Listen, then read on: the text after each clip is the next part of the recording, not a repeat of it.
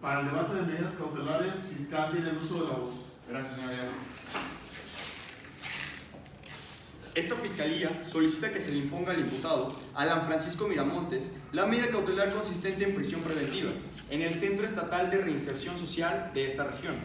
Esta fiscalía ha tomado en consideración los elementos objetivos y subjetivos de la teoría del riesgo, los cuales acreditan la necesidad de su imposición, toda vez que en efecto no existe otra u otras que en su conjunto puedan asegurar los fines de las medidas cautelares, como lo son garantizar la comparecencia del imputado al procedimiento, la no obstaculización de la investigación y garantizar la seguridad tanto de la víctima como de los testigos.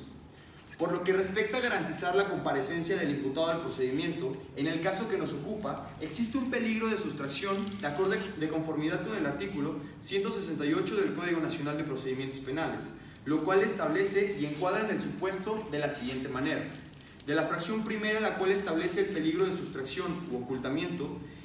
considerando el arraigo, en el caso que nos ocupa, se tiene que el imputado no cuenta con un arraigo en este lugar, ya que él mismo no cuenta con un domicilio fijo ni siquiera conocido, lo cual se desprende del informe policial realizado por el agente Eber Anchondo, de lo cual se advierte que el imputado también hace mención que él es el propietario del inmueble ubicado en la calle Córdoba de Argentina, 3124 de la colonia panamericana de esta ciudad, situación que es totalmente falsa, ya que de las entrevistas realizadas por Brisa González e Isabel Bustillos, madre y hermana respectivamente de la víctima, se establece que dicho domicilio era propiedad de Elizabeth Bustillos, que Alan únicamente tenía como domicilio el mismo, ya que era pareja sentimental de Elizabeth Bustillos. Aunado a lo anterior, el mismo Alan en su entrevista establece como domicilio el anteriormente mencionado, no otorgando ningún otro domicilio en el cual pueda ser localizado, motivo por el cual, si el imputado enfrentara un proceso en libertad, no sería posible hacerlo comparecer, pues no cuenta con un dato tan indispensable y preciso como lo es el lugar en que se pudiera citar. Otro dato que abona en cuanto a la posible sustracción del imputado al procedimiento es precisamente la información obtenida del estudio de riesgos procesales previos al juicio, donde se establece que miembros de la familia de Alan Miramontes radican en El Paso, Texas, incluido en estos su hermano Eber Eduardo Miramontes, lo que se puede traducir en que el imputado tampoco cuenta con un arraigo familiar en esta ciudad. Y no solo eso, del mismo informe se desprende que el imputado cuenta con pasaporte y visa vigentes para poder ingresar a los Estados Unidos de Norteamérica, haciendo así posible la sustracción del imputado a dicho procedimiento. De la fracción segunda se toma en cuenta la pena máxima del delito, encuadrándose en el caso que nos ocupa en el delito de feminicidio, el máximo de la pena que puede llegar a imponer el imputado supera los 60 años de prisión, razón por la cual puede ser un motivante a que el imputado se sustraiga de la acción penal. Sumado a lo anterior, se desprende que existe un riesgo para la víctima, esto acorde a lo establecido en el artículo 170 del Código Nacional de Procedimientos Penales, debido a la cantidad de lesiones que el imputado le propinó y a la naturaleza de estas, lo cual denota una agresividad latente que inclusive se advierte desde antes de los hechos, ya que de las entrevistas de Brisa González e Isabel Bustillos se desprende que el imputado contaba con actitudes violentas hacia las víctimas, ya incluso en ocasiones anteriores hasta la había golpeado en frente de sus familiares.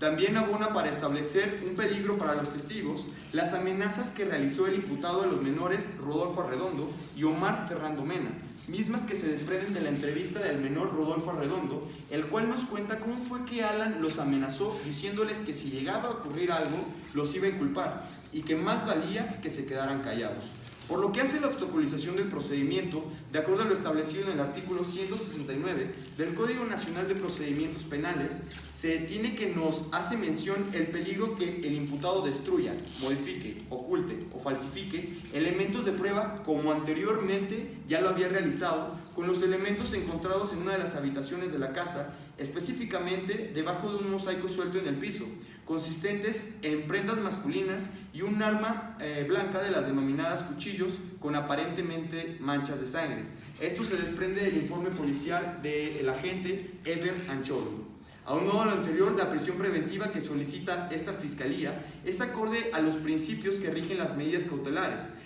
como lo son el principio de instrumentalidad, misma que resulta conforme, ya que en el caso concreto es una herramienta que sirve única y exclusivamente para lograr los fines de carácter procesal. La prisión preventiva es proporcional,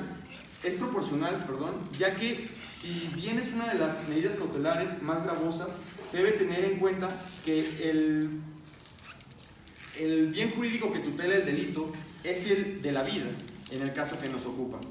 La prisión preventiva es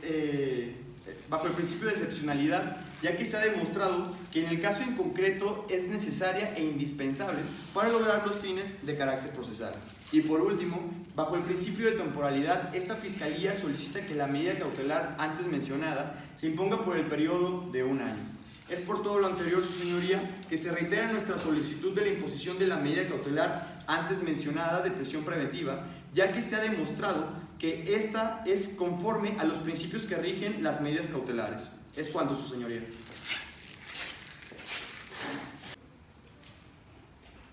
Defensa tiene el uso de la voz. Señoría, esta defensa solicita que no se aplique medida cautelar alguna en contra de mi representado, Alan Francisco Miramontes, ya que la medida que ha solicitado la Fiscalía es considerada excesiva, toda vez que no respeta los principios de las medidas cautelares, los cuales son instrumentalidad, proporcionalidad, idoneidad y excepcionalidad. Asimismo, la Fiscalía no ha logrado justificar su solicitud de acuerdo a las finalidades de las medidas cautelares. Esto se afirma ya que la exposición de la Fiscalía ha sido deficiente en acreditar la teoría del riesgo en contra de mi representado, para lo cual debemos analizar las siguientes cuestiones. En primer lugar, la Fiscalía hace valer la pena máxima que se le pudiera imponer a mi representado, pero esto no es más que una presunción de un riesgo procesal. Es decir, que la Fiscalía presume que al tener una pena alta el delito por el cual ha sido vinculado mi representado sea factor determinante para que éste se sustraiga de la acción. Pero la Fiscalía ha olvidado que la solicitud de medidas cautelares se debe de hacer con base en datos de prueba y no en presunciones, porque así lo establece la Corte Interamericana de Derechos Humanos en la resolución del caso J versus Perú, en el párrafo 159, al establecer: los riesgos procesales no se presumen, deben verificarse en las circunstancias objetivas y ciertas de cada caso. La privación de la libertad no puede rescindir en circunstancias preventivo generales ni preventivo especiales. En segundo lugar, la Fiscalía trata de poner en duda el arraigo de mi representado al decir que no cuenta con un domicilio propio en el lugar. Pero la Fiscalía omite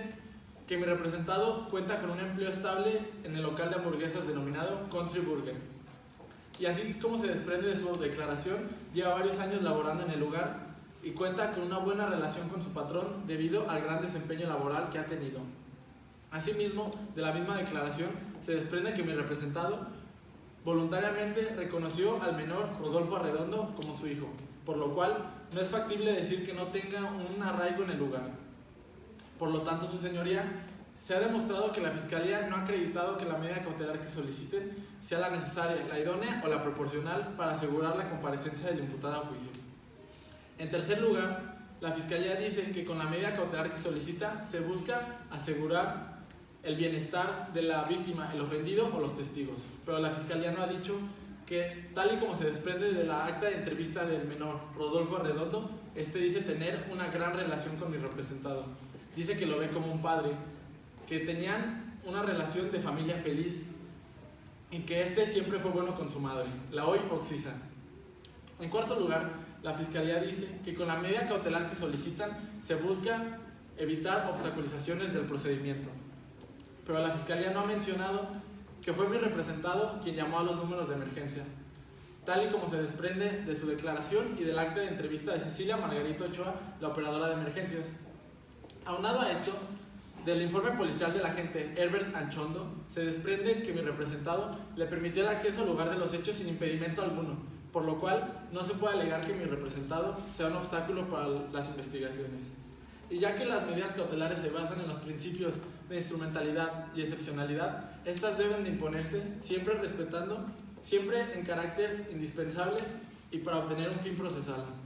Así lo establece la Corte Interamericana de Derechos Humanos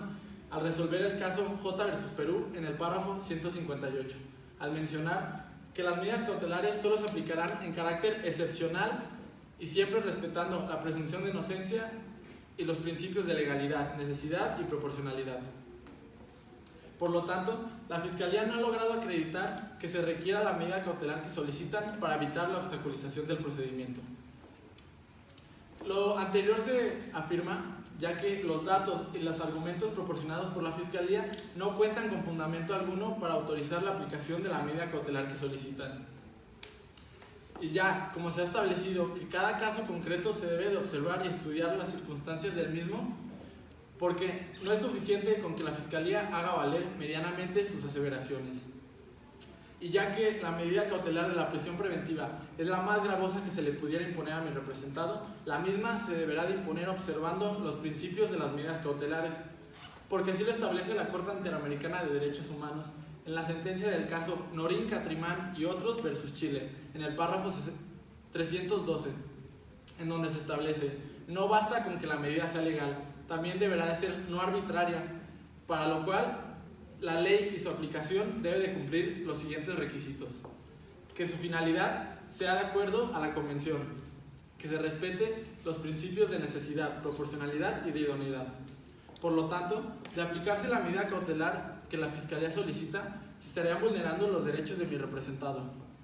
la presunción de inocencia con la que cuenta, y así lo establece la Corte Interamericana de Derechos Humanos en la resolución del caso López Álvarez versus Honduras, en la fracción 69, en donde se establece: las medidas cautelares no deberán de aplicarse más allá de los límites estrictamente necesarios, para garantizar que no se evitará la continuación de las investigaciones y que no se evadirá la acción de la justicia. Y ya que no se ha comprobado que el objetivo único y exclusivo de la medida cautelar sea los de asegurar la comparecencia del imputado a juicio, evitar obstaculizaciones a las investigaciones y asegurar el bienestar de la víctima, testigo u ofendidos, es por esto que la defensa solicita a su señoría que no se aplique medida cautelar alguna en contra de mi representado, Alan Francisco Miramontes. Es cuanto, su señoría.